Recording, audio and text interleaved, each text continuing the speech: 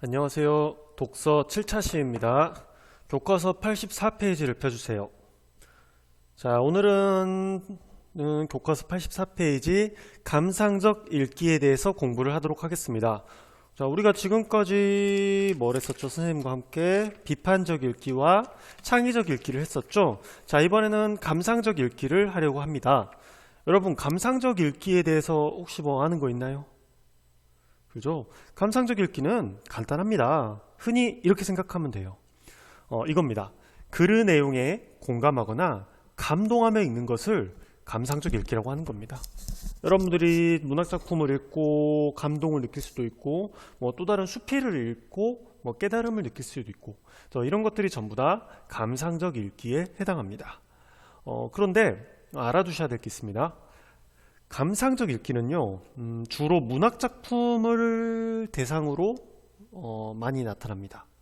그러니까 시라던가 소설이라던가 수필 이런 것들을 읽고 감동을 느끼는 게 주로 감상적 읽기인데요. 근데 이것도 있어요. 문학작품이 아닌 글도 감상적 읽기가 가능합니다. 예를 들어서 정보 전달 글이거나 설득적인 글도 감상적 읽기가 가능합니다. 예를 들어서 정보 전달 글을 읽고 몰랐던 정보를 알게 됨으로써 굉장히 깨달음을 얻고 성찰을 하게 되는 과정이 있다면 이것도 감상적 읽기가 되는 거고요. 설득적인 논설문을 읽고도 이 글을 읽고 생각이 바뀐다거나 또 태도가 변화하는 깨달음의 과정이 있다면 이것도 충분히 감상적 읽기가 될 수 있습니다. 그러니까 반드시 알아주세요. 감상적 읽기는 주로 문학작품 에서 많이 나타나고요. 하지만 정보 전달 글이나 설득하는 글과 같이 비문학적인 글에서도 충분히 감상적 읽기가 나타날 수 있습니다.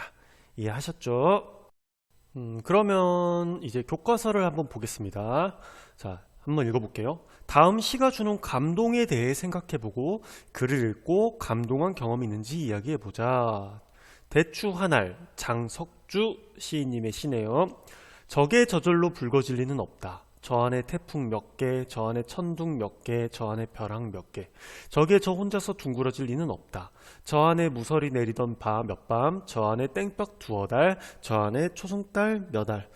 야, 이게 무슨 내용의 시 같아요? 이거 문학작품이죠? 시죠? 무슨 내용 같아요? 그렇죠. 이 대추가 여물기 위해서는 굉장히 여러 가지 자연적 형상을 겪어야 된다. 이런 거겠죠. 한번 여기 이 여학생을 보세요. 여학생이 이렇게 말하고 있네요. 시를 읽고 나니 여운이 남아 한 해 동안 온갖 시련을 겪으며 성장하는 자신의 모습을 작은 대추 한 알에 닮았다는 게 감동적이야. 자, 이렇게 해석을 하고 있네요. 자, 이 친구는 뭐라고 말하고 있어요? 감동을 받았다고 했고 여운이 남았다고 하고 있죠. 즉, 이 친구는 이 시를 보고 문학작품 시를 보고 감상적 읽기를 하고 있는 사례가 될 수 있겠죠. 자, 그럼 한번 본문을 읽어보겠습니다. 감상적 읽기란 무엇일까? 자, 읽어보겠습니다. 독서는 글을 읽는 과정에서 글에 나오는 여러 인물이나 사건에 대하여 재미와 감동, 슬픔과 연민 등과 같은 정서적인 반응을 보인다. 그렇죠? 특히 우리가 소설이나 이런 거 읽을 때 주인공 너무 불쌍해, 주인공 너무 안 됐어, 이런 감정 느낄 때 있죠. 이런 슬픔과 연민 같은 정서적 반응 볼 수도 있고, 또 문학작품 소설 읽으면서 이거 너무 재밌어, 이 부분에서는 너무 통쾌해, 이런 부분에서는 재미와 감동을 느낄 수 있겠죠. 자, 이런 것들이 전부 다 감상적 읽기가 될 수 있다는 겁니다. 자, 계속 읽어보겠습니다. 이러한 정서적 반응은 글의 내용과 표현을 종합적으로 이해하면서 발생된 감상적 읽기의 결과라고 할 수 있겠다. 그렇죠? 여러분들이 글을 읽으면서 느끼는 감정들은 전부 다, 감정과 정서 이런 것들은 전부 다 감상적 읽기의 결과가 된다는 거죠. 자, 이처럼 감상적 읽기란 글의 내용과 구조 속에서 표현의 효과, 심리와 정서, 분위기 등을 파악하며 글을 읽고 내면화하는 것을 말한다. 자, 밑줄 그어주세요. 그리고 이렇게 적어주세요. 감상적 읽기의 개념이라는 거죠. 자, 글의 내용과 구조 속에서 표현의 효과, 심리와 정서, 분위기 등을 파악하며 글을 읽고 내면화한다. 여기서 내면화라는 것은요, 이렇게 생각하면 돼요. 자신의 것으로 만든다는 거, 자신의 마음속에 자리 잡는 거, 자신의 생각에 흡수되는 거, 이런 것들을 흔히 내면화라고 합니다. 자기 것으로 만든다라고 생각하면 돼요. 아셨죠? 자, 계속 읽어보겠습니다. 감상적 읽기를 잘하기 위해서는 글을 읽고 다양한 감동과 교훈을 얻는 것이 감정이 정화되는 과정이자 삶을 성숙하게 만드는 특별한 경험임을 이해하는 태도를 지녀야 한다. 밑줄 긋고 적어주세요. 감상적 읽기의 방법. 그렇죠? 뭐 이런 교훈을 얻는 것이 감정을 정화시킨다 또는 삶을 성숙하게 만든다. 감상적 읽기가 이런 거라는 걸 아셔야 된다는 겁니다. 이러한 태도를 갖춰야 된다는 거죠. 자, 계속 읽어보겠습니다. 또한 글을 읽더라도 감동의 정도가 독자와 관심이나 수준, 독서 상황에 따라 다를 수 있음을 이해해야 한다. 밑줄 긋고 적어주세요. 감상적 읽기의 방법 두 번째를 하는 거죠. 사람마다 똑같은 거를 읽더라도 감동을 다르게 할 수 있다는 거. 이거는 굉장히 쉽죠. 자, 여기서 지금 보면은 감상적 읽기의 개념과 감상적 읽기의 두 가지 방법이 나왔네요. 잘 이해해 주세요. 자, 그러면 한번 이제 85페이지 본문을 보겠습니다. 자, 글이 하나 있네요. 글쓴이는 장영희 씨입니다. 영문학자이자 수필가라고 하네요. 자, 이 글은요, 미안합니다라는 글은 갈래는 수필입니다. 뭐라고요? 수필. 여러분, 수필이 뭔 줄 아세요? 잘 모르시죠? 잘 알 거예요. 수필은 잘 알 거예요. 수필의 정의를 제가 한번 자세히 설명을 해드릴게요. 자, 수필이란 이런 겁니다. 흔히 영어로 말하면 에세이라고도 하죠. 이런 걸 수필이라고 해요. 일상생활 속에서 얻은 생각과 느낌을 형식에 얽매이지 않고 자유롭게 쓴 글. 흔히 이런 것들을 수필이라고 합니다. 간단해요. 일상에서 겪은 깨달음, 느낌 이런 것들을 자유롭게 쓰는 거 수필이라고 할 수 있겠죠. 이게 넓게 보면은 일기 같은 것도 수필이라고 볼 수 있겠죠. 수필은 그리고 어쩐다? 형식이 자유롭다. 그리고 수필은 어떻게 해야 된다? 자신의 일상에서 겪은 깨달음과 느낌이 나타나야 된다. 자, 이 정도만 있으면 다 수필로 볼 수 있다라는 겁니다. 자, 수필은 형식이 자유롭다 했어요. 하지만 자, 이 수필 같은 경우는 제가 여러분들이 좀 이해하기 쉽게 처음, 중간, 끝의 구조로 나눠서 설명을 해볼게요. 자, 여기부터 읽어봐야겠네요. 자, 이 글은 미안합니다라는 말의 가치를 다시 생각하게 되었던 자신의 경험을 담은 수필이다. 글쓴이가 얻은 깨달음을 살펴보고 작품이 주는 감동을 느끼며 글을 읽어보자. 또 종이 치네요.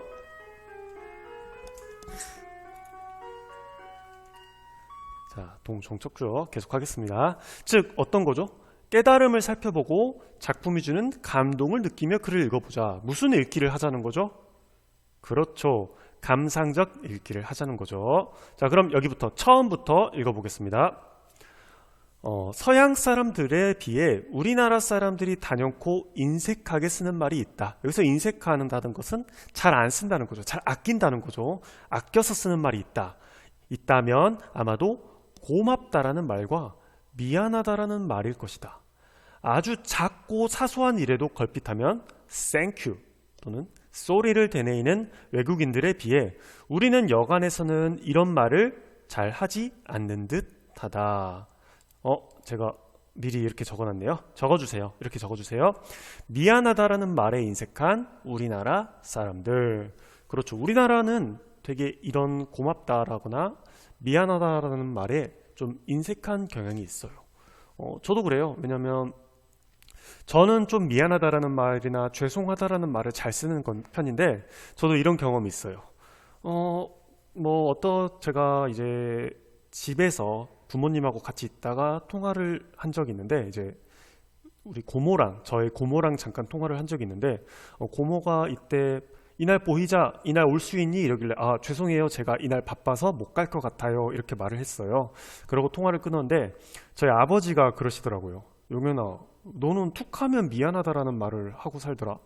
너 그렇게 말하면 괜히 너만 없어 보이고 괜히 낮아 보이고 그래. 미안하다라는 말 함부로 쓰지 마. 이렇게 말씀을 하시더라고요. 그래요. 이게 좀 우리나라 분위기상 미안하다라는 말하고 좀 죄송하다는 말을 하면은 좀 뭐랄까 저자세로 보이고 막 이렇게 생각해서 이러지 말라고 하는 경향이 좀 있어요. 이런 경향이 있죠. 저희 아버지도 마찬가지고요.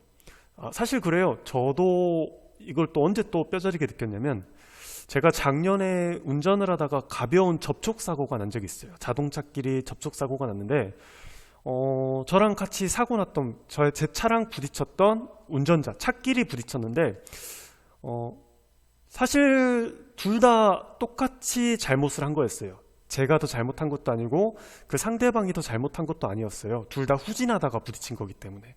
그런데 이제 그분이 좀 연세가 있으시고 그래서 제가 내리자마자 아이고 죄송합니다 괜찮으세요? 이렇게 물어봤었거든요. 그랬더니 그분이 이제 제가 먼저 죄송하단 말을 하니까 아주 기세등등 해주셔가지고 저한테 막 50만 원 내주라고, 자기 막 입원해야 된다, 병원 가야 된다, 차가 완전히 박살이 났다 막 이렇게 말을 하더라고요. 사실상 그 차는 살짝 기스가 났었고 저도 아무렇지도 않았고 정말 한 10km 정도 속도로 가다 부딪힌 거라 정말 멀쩡했는데 막 바득바득 우기더라고요. 돈 내놓으라고. 자기 입원해야 된다고. 그러다가 결국 저랑 대판 싸웠고 결국 보험사가 와서 처리를 해줬죠. 이거 쌍방과실이니까 내가 돈 줄 필요 없다 이렇게 말을 하니까 그 사람이 아들 같아서 참는다 이러면서 가더라고요. 이랬던 경험이 있어요. 생각을 해보니까 제가 그때 처음에 죄송합니다 라는 말을 안 했더라면은 그렇게 그 사람이 저한테 막 50만 원을 내놔라 이렇게 의기양양하게 나오진 못했을 것 같다라는 생각도 들면서 좀 씁쓸한 기분이 들기도 하네요. 자, 우리나라가 좀 이러긴 합니다. 우리 사회가 미안하다라는 말을 좀 아끼게 되는 분위기, 이런 경향이 있긴 있어요. 사설이 좀 길었죠? 자, 그럼 이제 계속해서 읽어보겠습니다. 오랜 유학생활 덕분에 나는 그나마 고맙다라는 말을 꽤 자주 하는 편이다. 조교나 학생들이 심부름을 해주거나 부탁을 들어주면 곧잘 고마워라고 나는 말을 하고는 한다. 자, 외국에서는 이 고맙다라는 말과 미안하다는 말을 잘 쓴다는 거죠. 그래서 본인도 유학생활을 했기 때문에 이렇게 고맙다라는 말은 그래도 자주 쓰는 편이다. 우리나라 사람들에 비해서. 자, 이렇게 말을 해주고 있네요. 계속 읽어보겠습니다. 그러나 이에 비해 미안해라는 말은 여간 어렵지 않다. 분명히 내게 잘못이 있다는 사실을 알고 있으면서도 미안해라는 말을 하려면 목소리가 기어들거나 가능하면 슬쩍 얼버무려 버린다. 마음속으로 미안한 감정을 느끼지 않아서가 결코 아니다. 너무 미안하다고 생각할 때도 그렇다. 계속 읽어보겠습니다. 게다가 가끔씩 그런 말을 할 기회를 놓치고 후회하는 적도 있다. 그 때문에 오해를 불러일으키기도 하고 오해는 아니더라도 다른 이들에게 거만하게 밑줄 긋고요. 계속 긋고요. 그 다음에 계속 넘어서 보이거나 못된 사람으로 비치기도 한다. 자, 이렇게 밑줄을 긋고요. 이 부분 이렇게 적어주세요. 자, 미안하다라고 해야 할 상황에서 그렇지 못했을 때 생기는 부작용이라는 거죠. 어떻게 보인다? 미안하다 해야 되는데 우리나라는 정서상 미안하다라는 말에 인색해, 우리나라 사람들은. 그래서 미안하다 해야 될 상황에서 미안하다 하지 않으면 어떻게 보이기도 한다? 오해를 불러일으키기도 하고 다른 이들에게 어떻게 보인다? 거만한 사람으로 보이기도 한다라는 거죠. 그렇죠? 그럴 수 있습니다. 계속 읽어볼게요. 그러나 문제는 이런 나의 성격적 결함을 머릿속으로는 다 알고 있으면서도 막상 미안해라는 말을 해야 하는 상황이 생기면 어쨌거나 그 말이 목에 걸려 딱 안 나온다는 것이다. 자, 목에 걸려 안 나온다라는 건 뭔 말이겠어요? 미안하다라는 말이 잘 안 나온다라는 거죠. 그죠? 자, 여기 적어주세요. 미안하다라는 말을 하기 어려워하는 나의 속내. 왜 이렇게 미안하다라는 말을 못할까라고 말을 하는 거죠. 그런 사람들 있어요. 저도 가끔 그럴 때가 있습니다. 그렇죠? 분명히 내가 잘못했는데 미안하다라는 말이 잘 안 나와요. 뭔가 뻘쭘해서 그럴 때도 있고 자존심 때문에 그럴 때도 있고 이렇게 이럴 때가 있긴 있어요. 여러분도 아마 마찬가지일 것 같아요. 그런 경우가 있죠. 자, 계속 읽어보겠습니다. 그래서 나름대로 이 심각한 문제에 대해 심사숙고해 보기까지 한다. 왜 미안해요 라는 짧은 말 한마디가 그토록 어려운 것일까? 자, 그것은 나의 삶의 방식과 연결된 것일지도 모른다. 아무도 내게 가르쳐 주지 않았지만 어렸을 때부터 본능적으로 체득한 내 삶의 법칙은 슬프게도 삶은 투쟁이고 투쟁은 이겨야 한다라는 것이다. 그렇죠. 뭔가 미안하다 말하면은 져 보일까봐, 진 것처럼 느껴질까봐 이것 때문에 함부로 미안하다라는 말을 못한다는 거죠. 자, 계속 읽어볼게요. 그래서 승부근성이 투철한 내게 미안해라는 말은 결국 내가 졌다는 뜻이고, 패배를 인정하고 싶지 않은 나의 경쟁 심리가 그 말을 거부하는 것일지도 모른다. 맞아요. 그럴 수 있어요. 자, 괜히 미안하다고 하면 내가 진 것 같은 느낌 든다라는 거죠. 자, 밑줄 그어주세요. 이 부분 밑줄 그어주시고 적어주세요. 나가 미안하다는 말을 잘 하지 않았던 이유. 첫 번째 이유죠. 첫 번째 이유죠. 내가 미안하다는 말을 못했던 이유. 그리고 적어주세요. 승부근성이 투철해 패배를 인정하고 싶지 않았기 때문에. 그렇죠. 승부근성이 투철해 패배를 인정하고 싶지 않아서 라는 게 첫 번째 이유가 되겠죠. 계속 읽어보겠습니다. 혹은 자존심 탓일 수도 있다. 미안하다라고 말한다는 것은 나의 결함과 실수를 인정한다는 것인데 그것이 나의 자존심을 건드린다. 아니, 좀 더 마음속 깊이 파고 들어가 보면 그것은 아마도 어쩌면 내가 잘못 살고 있는지도 모른다는 두려움 때문인지도 모른다. 밑줄 그어주세요. 그리고 적어주세요. 내가 미안하다라는 말을 하지 않았던 이유. 내가 잘못 살았다. 자, 밑줄 그어주세요. 그리고 여기 적어주세요. 자신의 잘못된 행동에 대한 두려움 때문에 라고 하는 거죠. 자, 두 번째 이유 적어주시고요. 자, 그럼 하겠습니다. 왜 애당초 남에게 사과할 일을 했으며 그런 일을 미리 짐작하지 못했다는 것은 지독한 오판이기 때문이다. 자, 오판은 잘못된 판단이라는 거죠. 자, 이 부분 한번 밑줄 긋고 한번 봐보세요. 여기서 이 부분에서 이 글쓴이의 성격이 좀 나타납니다. 어떤 성격인 것 같아요? 뭔가 좀 낙천적일까? 아니면은 그러진 않은 것 같죠. 자, 여기서 글쓴이의 성격은 이런 성격입니다. 자기 자신에게 굉장히 관대한 편일까? 엄격한 편일까? 그렇죠. 엄격하죠. 자기 자신의 엄격한 글쓴이의 성격이 여기서 드러나고 있습니다. 자, 나의 실수를 함부로 인정하지 못한다. 나의 잘못을 굉장히 어떻게 생각한다? 좋지 않게 생각한다. 왜 이런 잘못을 했지? 왜 이런 실수를 했지? 하면서 자기를 자책하는 성격. 굉장히 자기 자신에 대한 엄격한 성격임을 알 수 있습니다. 표시를 좀 해줄게요. 헷갈릴 수 있으니까.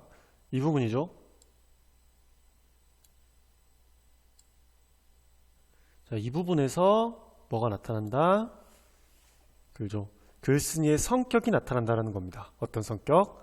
자기 자신에게 엄격한 성격이 여기서 드러난다는 거죠. 그죠? 지금 보면은 두 번째 이유까지 나왔네요. 자, 계속 읽어보겠습니다. 그것도 아니면 내가 남보다 못났다는 데 대한 열등의식이나 자격지심일 수도 있다. 자격지심 있죠? 자기가 한 일에 대하여 스스로 미흡하게 여기는 마음. 만일 내가 스스로에 대한 자신감이 있다면 내가 잘못했고 그 사실에 대해 미안하게 생각하는 것을 인정하는 것이 무엇 그리 어렵겠는가. 그렇다는 거죠. 여기도 밑줄 그어주시고요. 자, 내가 미안하단 말을 잘 하지 않았던 이유 뭐다? 자격지심 혹은 열등의심 혹은 열등의식 혹은 스스로 자신감이 없다라는 거죠. 자기 자신에 대한 자신감이 없기 때문에 또 사과할 용기도 나지 않았다라는 거죠. 자, 적어주세요. 스스로에 대한 자신감이 부족해서. 자기 자신을 믿고 자기 자신에 대한 자신감이 굉장히 높다면 사과도 쉽게 할 수 있었다라는 겁니다. 하지만 글쓴이는 자기 자신을 되게 낮게 생각하고 있어. 스스로 자신이 부족해. 자존감도 낮아. 그렇기 때문에 미안하다라는 말 할 용기조차 안 났다라는 거죠. 자, 그럼 여기까지가 처음이 되겠습니다. 자, 적어주세요. 처음 부분입니다. 자, 미안하다라는 말을 하기 어려운 이유. 여기까지가 처음이에요. 우리가 흔히 이런 말도 있잖아요. 사과할 수 있는 용기. 이런 말까지 하죠. 사과를 하는데도 용기가 필요하다. 자, 이런 말이 흔히 있잖아요. 그 말뜻은 앞에서도 말했듯이 적어도 우리나라 사람들에게 있어서 미안하다라는 혹은 죄송하다라는 이 사과의 말이 굉장히 하기 어려운 거라는 거죠. 이거는 여러 가지 이유가 있을 거예요. 이 글쓴이처럼 자신의 성격과 연관지을 수도 있고요. 또 사회적 분위기상 그렇게 사과를 못하는 분위기일 수도 있다라는 거죠. 글쓴이는 이것에 대해서 비판적인 인식을 갖고 있겠죠. 미안하다라는 말을 왜 이렇게 못할까? 좀 하자. 이러한 의식을 가지고 있을 수 있겠습니다. 자, 오늘은 여기 처음까지만 제가 맡아서요. 여기까지 수업을 하도록 하겠습니다. 자, 이거를 다 한 친구, 강의를 다 들은 친구들은요, 커뮤니티 게시판에 독서 7차 시 활동을 들어가셔서 그 활동지를 받고 작성을 해주시면 됩니다. 그리고 이 시간까지 과제 제출방에 올려주세요. 자, 고생 많으셨습니다. 다음 시간에 보아요.